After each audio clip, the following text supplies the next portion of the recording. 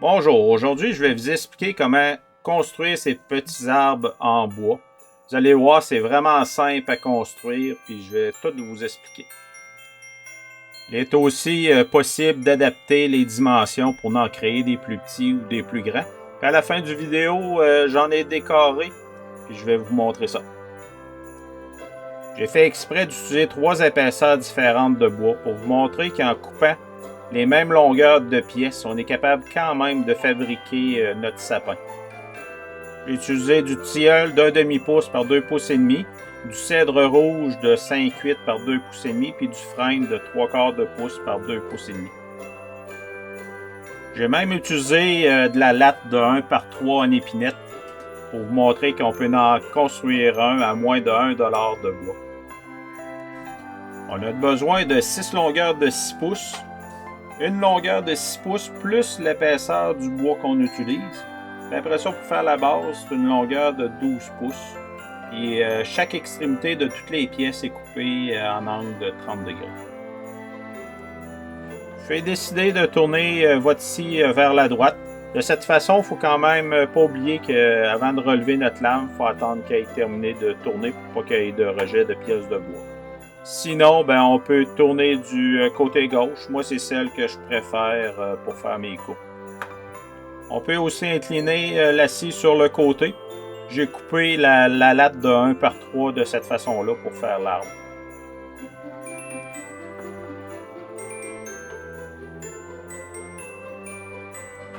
La première chose à faire est de couper une extrémité avec un angle de 30 degrés. Par la suite, on prend notre mesure pour couper notre pièce de bois qui va être de 6 pouces.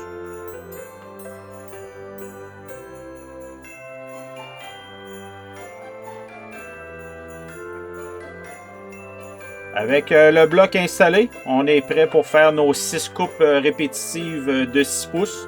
Par la suite, on peut enlever notre bloc. On va avoir une coupe à faire à 6 pouces plus l'épaisseur de notre bois qu'on utilise. Il reste maintenant la base à couper. Donc, je coupe une extrémité en angle. Par la suite, je prends ma mesure pour couper ma pièce à 12 pouces de long.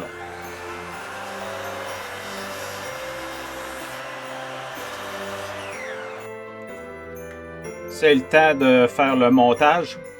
Donc, j'installe une pièce de bois avec des serres pour être capable de tenir correctement la base de l'arbre pour ensuite être capable de coller puis de clouer la partie du bas.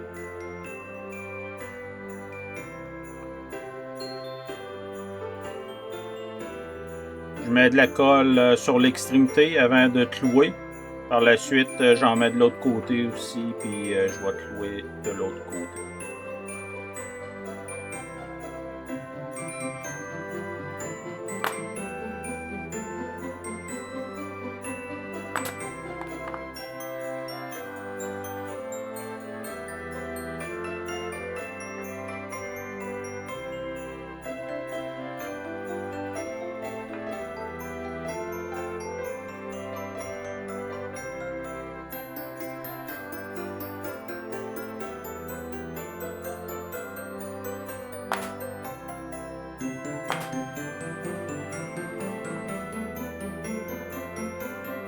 Ici, je prends une pièce de 6 pouces, plus l'autre qui est plus longue, pour faire le pignon du sapin.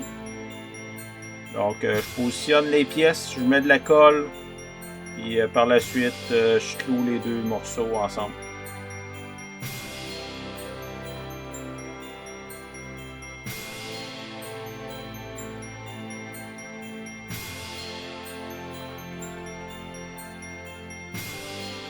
Pas oublier de passer un petit coup de papier sablé aux extrémités pour être certain que les pièces se collent parfaitement.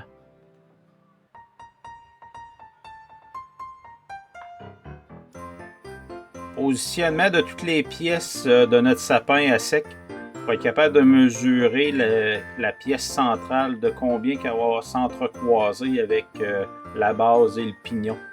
Parce que tout dépendamment de la précision de l'angle de 30 degrés qu'on a fait, ainsi que l'épaisseur de notre bois, Donc tout ça fait que l'entrecroisement peut varier. Dans mon cas, avec les différentes épaisseurs de bois que j'avais, ça varie entre 7-8 et 1 pouce et 3-8. Comme pour la base puis le pignon, je mets de la colle avant le clouage. Puis je vais vous montrer un petit peu plus loin, là, j'ai expérimenté une autre façon là, pour le clouage avec une serre et une pièce de bois. Ça va beaucoup mieux, puis on a besoin de moins forcer là, pour tenir nos pièces sans briser l'angle de la base. Quelqu'un qui veut en faire en série, toujours mieux de se faire un gabarit de montage là, que les pièces s'emboîteraient parfaitement et on ne serait même plus obligé de mesurer quand que notre gabarit serait fabriqué.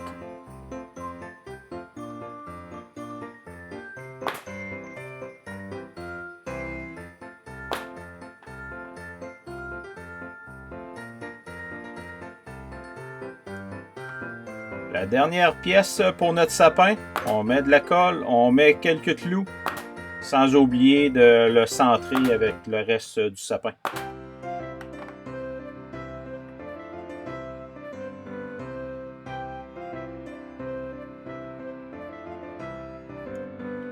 Voici 3 de mes 4 sapins. La prochaine étape est la finition.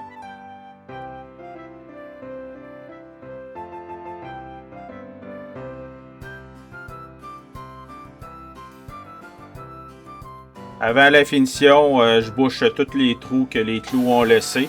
Par la suite, un léger ponçage pour rendre tout égal.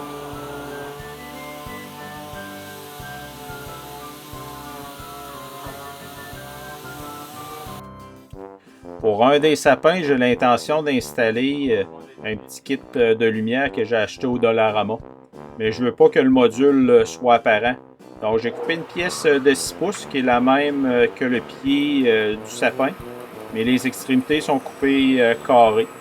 Donc après avoir tout tracé un petit peu plus grand, donc je vais à la scie à ruban pour découper ma pièce.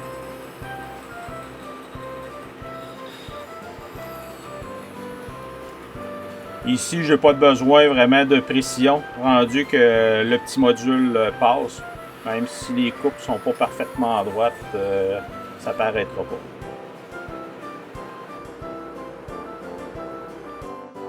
Je vérifie si mon module rentre dans ma pièce de bois. Par la suite, je mets de la colle puis je cloue ça au pied du sapin. Je vous avais parlé que j'avais fait un 4e sapin avec du 1 par 3 en épinette de construction. Ça nécessite un petit peu plus de sablage là, pour que les faces soient pas trop rugueuses. Mais ça fait parfaitement vraiment un coût qui est vraiment minime. Là. Présentement, 89 cents pour acheter un morceau de 8 pieds. Et à 8 pieds, on a en masse là, pour faire notre sapin. Ici, je fabrique le petit gabarit que j'ai parlé un petit peu plus tôt. C'est une pièce d'environ 4 pouces avec un autre à peu près d'1 pouce que je mets de la colle, je mets des clous pour faciliter le clouage par la suite pour les pièces du centre de notre sapin.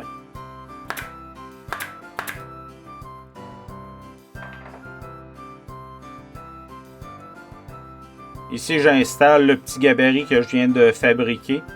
On le positionne à l'intérieur. Il ne faut pas oublier que lorsqu'on met notre serre, de se garder de la place pour être capable de clouer nos pièces du centre. C'est un petit gabarit qui ne coûte rien à faire, sauf qu'il y a beaucoup d'avantages. Avec ce gabarit, on s'assure que nos 2 pièces vont rester vraiment collées ensemble quand on va vouloir clouer. Puis aussi, vu qu'on utilise moins de force physique, il y a moins de risque que notre joint de la base se décloue.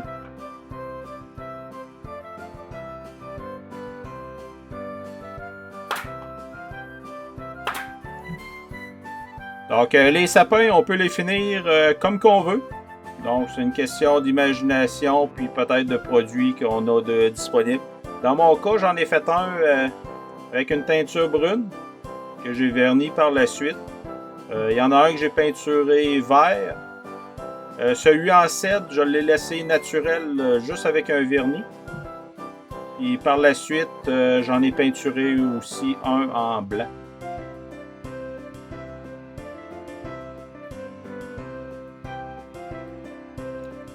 Après l'avoir verni, j'ai pu installer le petit module en dessous avec de la colle chaude. Je m'étais assuré que je serais capable de changer les batteries sans être pris pour le décoller.